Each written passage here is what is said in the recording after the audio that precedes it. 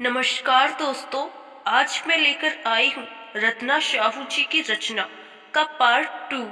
माँ, पापा को कुछ मत कहना, कहा ना तू चिंता मत कर, सब मुझ पर छोड़ दे। अच्छा, एक बात बताओ, उसने तुम पर हाथ भी उठाया। सिया माँ के सीने से लग जोर से रोने लगी। माँ अपनी बाहों में भर बेटे को सुला लिया। रात भर नींद नहीं आई। अपनी पिछली यादें चलचित्र की भांति दिमाग में घूमने लगी। क्या सच में माँ की परछाई बच्चे को लग जाती है? उसका भी पहला रिश्ता कुछ यूं ही दहेज की बलि चढ़ गई थी। उसकी भी शादी एक ऐसे ही लालची परिवार में हो गई थी, जहां 5 तोले सोना नहीं देने पर बच्चे को उससे छीनकर उसे भगाने की योजना बना रहे थे। संयोग से राधिका ने सुन लिया और रातों रात अपने 2 महीने के बेटे को लेकर मायके भाग आई। फिर पलटकर ससुराल नहीं गई। कुछ सालों बाद एक रिश्तेदार की शादी में शिया के पापा से मुलाकात हुई, जहां शिया के पापा विधुर थे और राधिका परित्यक्ता थी। दोनों परिवार वालों ने आपस में बातें कर दोनों की शादी कर दी और शादी के साथ ही परिवार भी पूरा हो गया। अब दोनों पति पत्नी बच्चों के साथ अच्छे से जीवन बिताने लगे, लेकिन भगवान को कुछ और ही मंजूर था। अभी 2 साल पहले पति लकवाग्रस्त हो गया और बिस्तर पर आ गई। तब से राधिका पति को देखने के साथ ही घर और बाहर अकेले ही सब संभालती है। यही सब बातें सोचते सोचते पता नहीं कब आंख लग गई। सुबह जब आंख खुली तो सबको सोते छोड़ चाय नाश्ता बनाया और सीधा बेटी के ससुराल चली। इतनी सुबह सुबह राधिका जी को देख समधी समधन और दामाद पहले तो चौंके, फिर थोड़ी राहत की सांस ली। सोचने लगा शायद इस बार की चाल कामयाब रही। आइए समधन जी। इतनी सुबह सुबह अचानक कोई काम था? हाँ, काम तो रहेगा ही।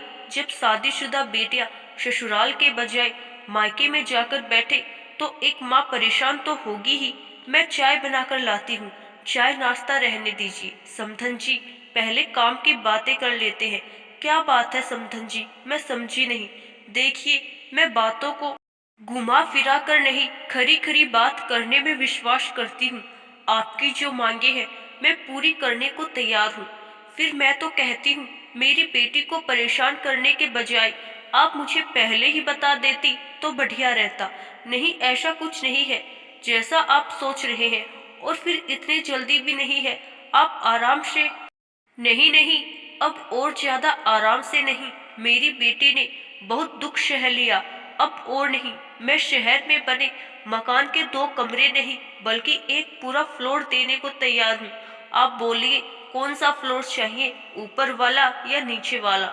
सब ने एक दूसरे की तरफ खुशी और आश्चर्य की नजरों से देखा। ये हम कैसे कह सकते हैं? आपको जो ठीक लगे हमारे लिए भी ठीक है।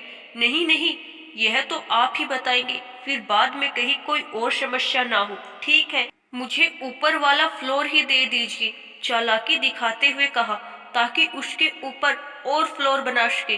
ठीक है, जितनी जल्दी हो सकेगा मैं अपनी बेटी को उसका हिस्सा दे दूंगी। घर आकर राधिका ने आराम से पति को समझाया।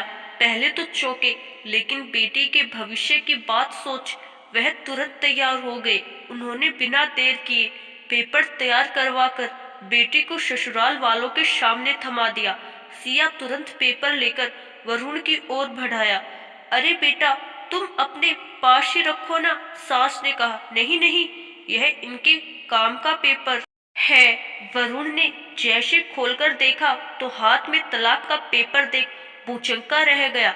यह क्या है शिया, क्यों तुम्हें दिखाई नहीं दे रहा? लेकिन तुम मुझे तलाक। नहीं नहीं, तुम ऐसा नहीं कर सकती। लेकिन मैंने तो कर दिया है, अब तुम्हारी बारी है शाइन करने की। देखो शिया, तुम ऐसा नहीं कर सकती। तुम जानती हो ना मैं तुमसे कितना प्यार करता हूँ। चलो छोड़ो, मुझे कोई प्रॉपर्टी नहीं चाहिए। मुझे तो सिर्फ तुम चाहिए। जो कुछ हुआ वह बस एक भूल थी, तो उसे भूल जाओ और चलो घर चलते हैं। माँ, आप ही समझाइए ना। राधिका जी ने एक झन्नाटेदार तमाचा गाल पे जड़ा। मेरी बेटी तुझे कठपुतली दिखाई देती है जिसे तुम सब अपने इशारों पर नचाते रहोगे। तुम्हारी पत्नी है, उससे प्यार करते हो, फिर क्या कोई इस तरह अपनी पत्नी के साथ बर्ताव करता है? और तुम्हें क्या लगा इसके पिता बीमार है, माँ अकेली है, तो तुम जो कहोगे वो चुपचाप तुम्हारी सब बात मानती रहेगी। अगर यह सब पहले ही बता दी होती तो इतना दुख झेलने की नौबत ही नहीं आने देती। अपनी बेटी का ब्याह तुम्हारे साथ कर मैंने एक भूल तो कर ली, लेकिन तुम इतने लालची हो, मेरी बेटी को टॉर्चर करते हो। यह जानते हुए भी मैं तुम्हारे घर दोबारा भेजने की भूल नहीं कर सकती, क्योंकि भूल एक ही बार होती है, बार बार नहीं।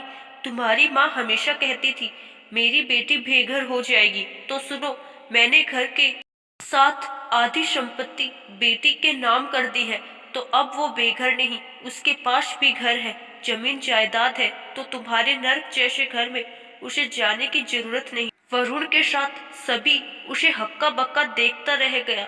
आशा करती हूँ दोस्तों, रत्ना साहू जी की यह रचना आप सभी को जरूर पसंद आई होगी। धन्यवाद।